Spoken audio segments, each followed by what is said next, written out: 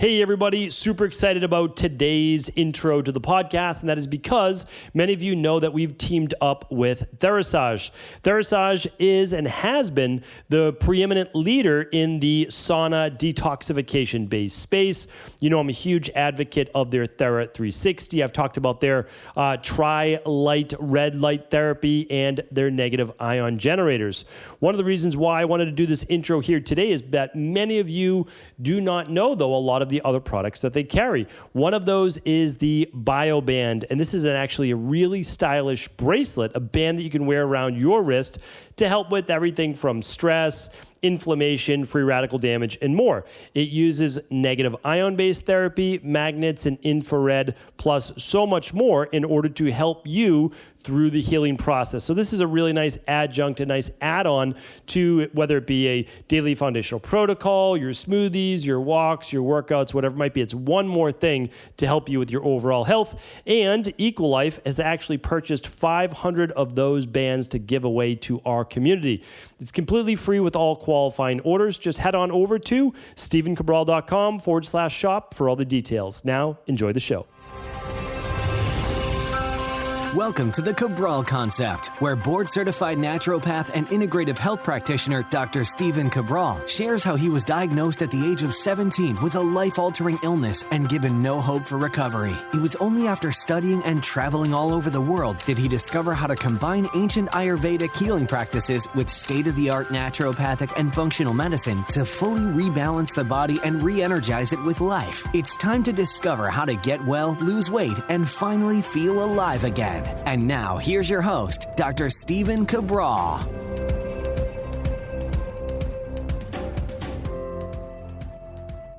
Welcome back, everyone. We're here today with our Total Wellness Tuesday episode of the week.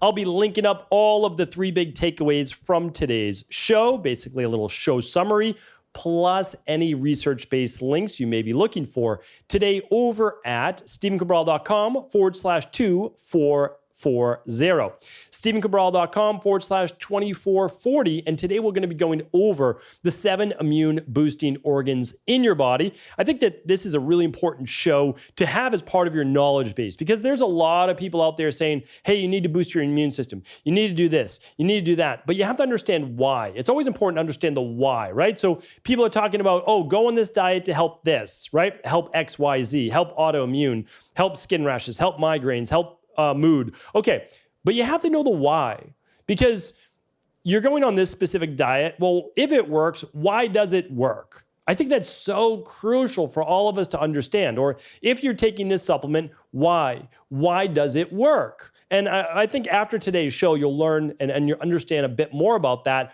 as to how the immune system works and why there are certain things that people are recommending that actually can make a huge difference. Like, why does sauna help? Let's go over that. Like, that's one thing that we'll actually look at today. Why would this certain nutrient help? Why would walking help? So let's go over some of these things. Let's go over those 7 organs right now. We're going to go straight into it. So what's the first organ of the immune system? Well, I like to look at it like this. Your body has a built-in mechanism that's the outside barrier of the body. Think about this. You are in the middle of a tropical storm. Okay, hopefully you're heading inside, right? You're heading inside because you have a roof, a window, and windows, an exterior of your home, a door, right? That keeps the outside and the inside safe and clean. That's the goal, right? Like, that is the goal, that you live in a safe space. It's the same with your body. What is your body's exterior walls? It's the skin, right? So the skin is the front line defense. Let's look at it this way. The eyes, a little bit, ears, a little bit, but really the nose and the mouth that are allowing outside things in. And we're going to talk about that in a moment. So we have our skin. What do we have on our skin? Believe it or not, we have our own living ecosystem on our skin as the first line of defense. So we have certain bacteria on our skin that are actually antimicrobial to other harmful pathogens. That's why it's so important that you don't use antibacterial soap in the shower all over your body, killing all of this healthy bacteria.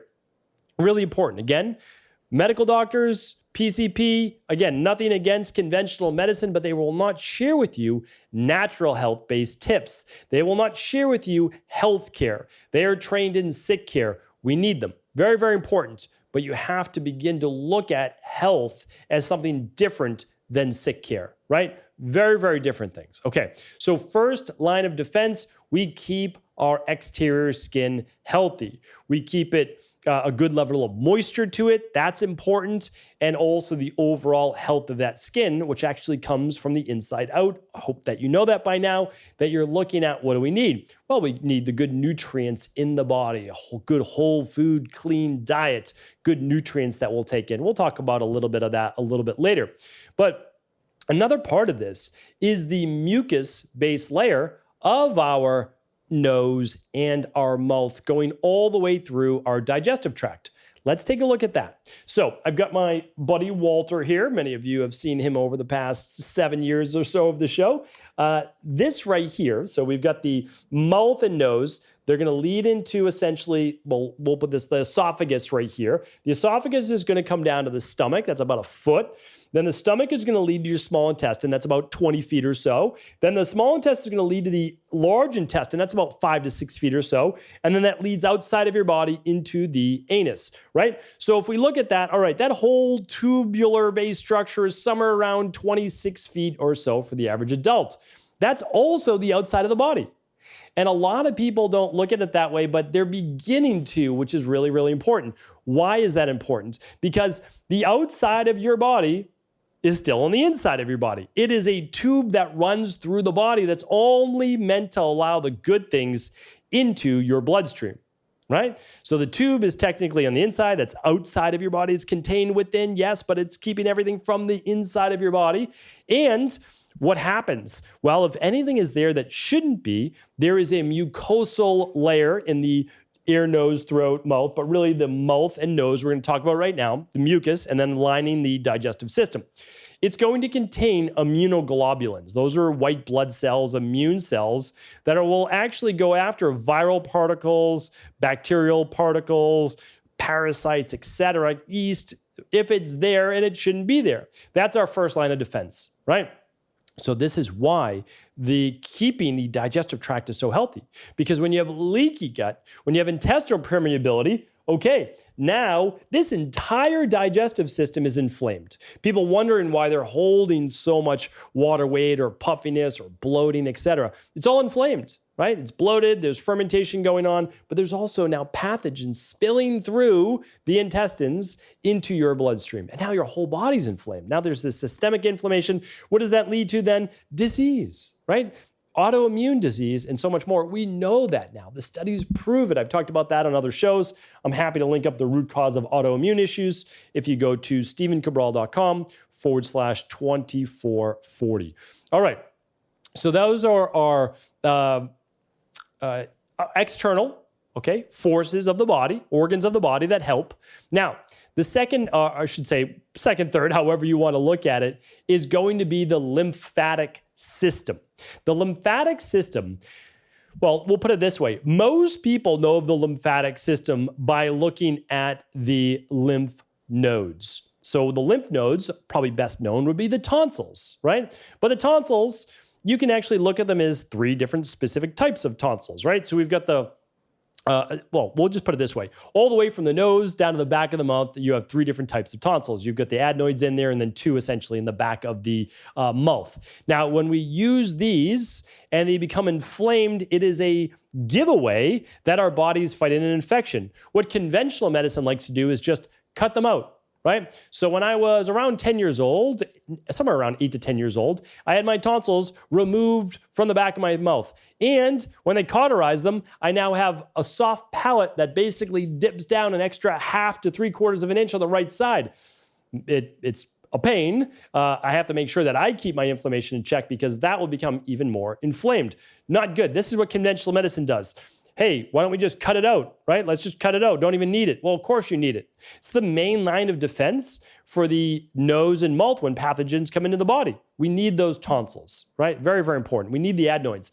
I had my adenoids removed because they didn't get them fully when I was 8, 10 years old. At 21 years old, they went in and just, hey, took out the rest of those adenoids, right? And ended up breaking my nose for a second time during that because I had to be intubated, couldn't get the oxygen flowing. Not a good thing. I woke up completely swollen, which should have been, I guess, just an in and out day procedure, turned into something much more dramatic. But again, that's how it went. From 17 to 27 years old, I had so many different health issues.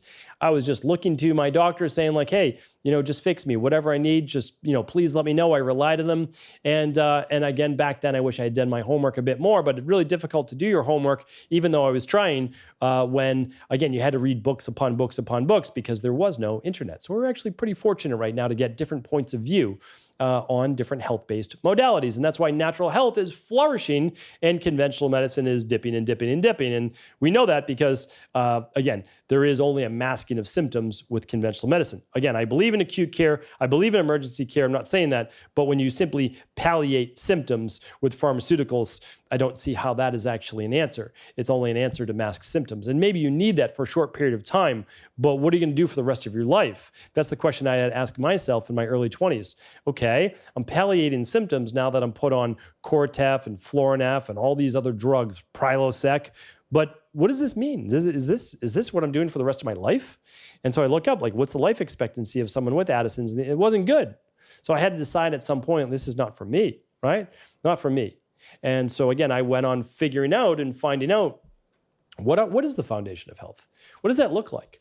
How do I come up with a precision-based plan built for me? And these are all things that I learned, again, from many, many mentors. Okay, so we've got our skin, we've got the mucous membranes. We're also looking at the lymphatic system and those tonsils. So the lymphatic system, you've got lymph nodes behind the knees, they're in the groin, they're under the armpits, they're running all throughout your body. So you have your lymphatic tissue, the lymphatic fluid, and they get cleaned at the nodes. When the nodes get swollen, it means that the immune system is cleaning house. It is working on an active infection of some type. And again, what you want to do then is simply work with your immune system. When we say boost the immune system, we don't say like, oh, we're going to tell the immune system what we do. We're going to give the immune system a bit more of whatever it needs. That's it. Optimizing vitamin D, giving your body all the things that it gets depleted of when it gets run down. Zinc, vitamin C, glutamine, vitamin D. I mean, these things are all just natural things that the body uses. It doesn't tell the immune system to work any differently. It just helps the immune system do more of what it knows. And when you have more than double the amount of blood in your body, right? Double the amount, that's the lymphatic system. Lymph fluid is more than 2x, depending on how much you have in your body at the time, 2, 3, 4x the amount of blood in your body. Really important. But the interesting thing about your lymphatic system, it doesn't move if you don't move. That's the interesting thing. It is one of those manual pump-based organs, and it's one of the reasons why walking and heat, like sauna, are so important to get that lymphatic system moving, right? So exercise, walking, movement, yoga, stretching, heat, sauna, that'll get it going. So really, really important. That's why it's so great too when you're not feeling well. All right. I think the next one to go with, bone marrow, is an important one. So inside of your bones is marrow. We make our red blood cells there to a degree. We make white blood cells there to a degree. And so when we want to actively create more immune cells, our bone marrow is vitally important. Again, you need the right nutrients in order to be able to make those white blood cells. But this is what continues to give us our immune-based cells. I think from there, we should move towards the spleen.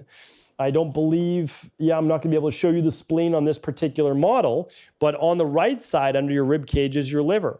Well, on the left side around the same area is your spleen.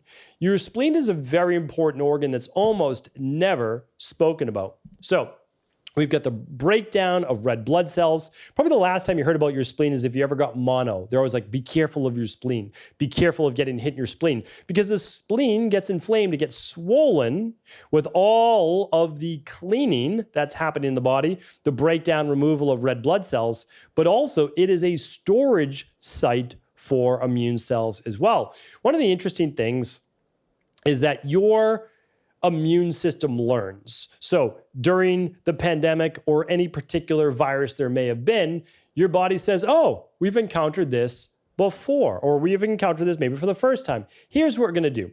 We're going to create some cells, let's call them memory cells, so that if we ever encounter this virus, again, this infection, we're going to be able to ramp up production of these antibodies to destroy this antigen at a much faster rate. So the next time you encounter it, you may have no symptoms at all. And the reason is, sure, you encountered it, but the immune system destroyed it almost immediately. And your spleen allows for the storage of some of those memory-based cells. So really important, that spleen obviously does a tremendous job, not unlike the liver. It's just working in a different capacity, different organ for the body. Another one I want to share with you is for the thymus. The thymus, extremely important. We never talk about that as well. The thymus is located essentially right above the heart, and it's behind this solar plexus bone, breastbone, whatever you want to call it. And essentially, it is reaching its maturity in childhood. And what it does is it specializes in certain type of immune cells. These are called T cells. T cells, extremely important because what are they doing? They are marking certain cells or certain pathogens, I should say, to be removed from the body.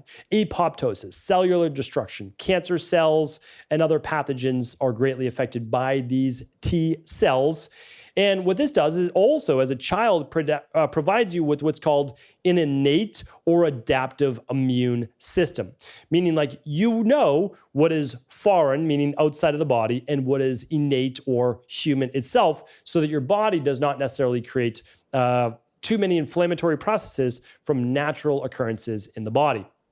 I want to share with you just one more to kind of pull it all together, and that is the overall digestive system. You oftentimes don't even necessarily think about this as a immune booster, but believe it or not, the bacteria that are inside of the body actually help to regulate the immune system, so that secretory, let's say IgA. So IgA is kind of an immediate response to things, IgA and IgE. IgM would be a, let's call it that M, let's say intermediary or middle, so a somewhat delayed response, and then it can lead to an IgG response, so it's just a latent response in the body 24 to 72 hours later that we often do for food sensitivity testing that's so important.